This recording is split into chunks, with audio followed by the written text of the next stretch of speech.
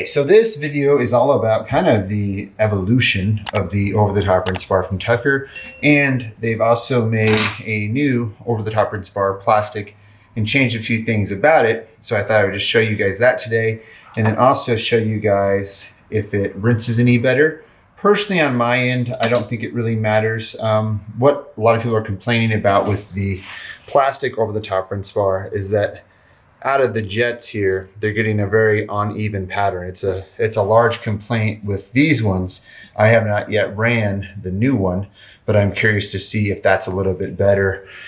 As far as some of the edges with the new one, it doesn't look that much different other than some difference here on the edge. We see that the over the top is gone and it says Tucker rinse bar. And then one of the big changes I would say is that right here, it looks like this part is stronger than what this part was. I personally never broke it, but I don't really like go jam the top of the frame. So that's a little bit different as well. But as far as really like the overall look of the bottom part here, there's not much difference. And then here as well, doesn't look like it's too much different. So I think the biggest thing for all of you to see is just if the rinse pattern is better. Now, the evolution of the rinse bar is kind of cool to talk about really quick, in that first it started with these aluminum rinse bars, right? So first these aluminum rinse bars came out, really heavy duty, super even pattern overall. I've actually noticed that the plastic ones have a better pressure than these ones. I don't know why. It just seemed that these ones would lose pressure over time.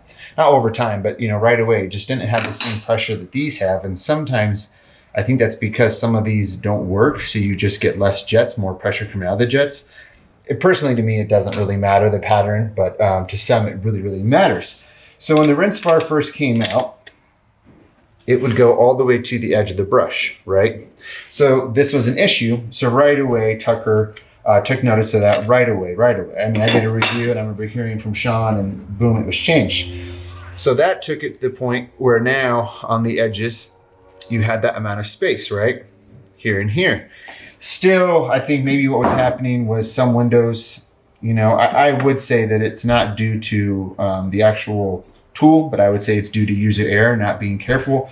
They would possibly scratch the window with the edge of this and leave a transfer of the aluminum on the glass or scratch the glass. I have seen it myself and people doing it.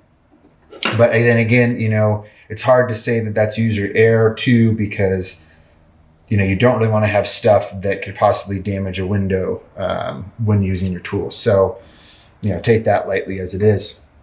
Then some quote cool color ones came out like this. This one I actually used for a long time.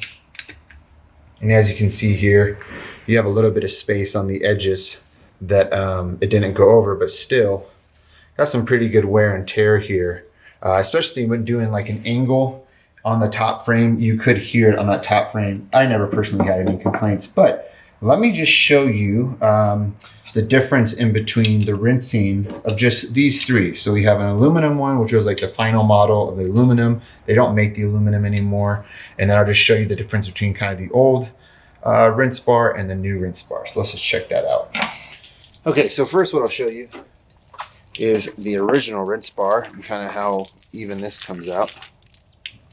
So you see that very, very even flow there. I mean, pretty much perfect as far as the flow goes coming out of there. But of course our issue with these were that they were possibly damaging things, so people didn't want to use them anymore. So that's what the aluminum one looked like. Very, very even pattern. Not any clogged holes whatsoever or any leaking. Never that really any leaking happened from these. So this is my older rinse bar. Probably got that about 1.5 years ago. Okay.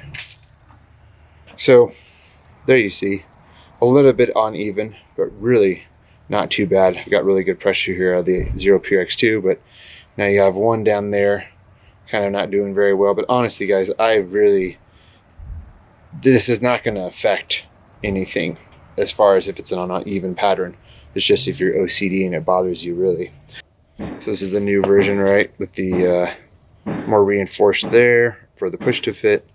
So let's just see what this does. Ooh, that is a little bit better. It's a little bit more even. We got a little bit of crossing there, but definitely more even than the other plastic one. So it definitely looks like this has a more even flow. Now, even though I am showing you this, you may get one that has an uneven flow. I get a lot of messages or comments of people who are like, wait, but it looked like this on your video.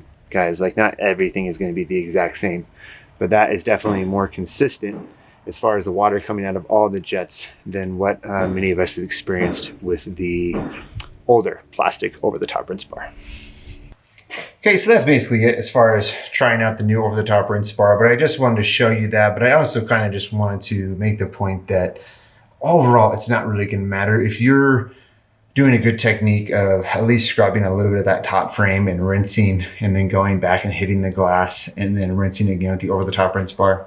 You're not going to have any issues. I never have issues with it. I've never ever had issues from the uneven pattern. So even if you have an older one, it's fine. But if you're interested in getting a new one, they are available now.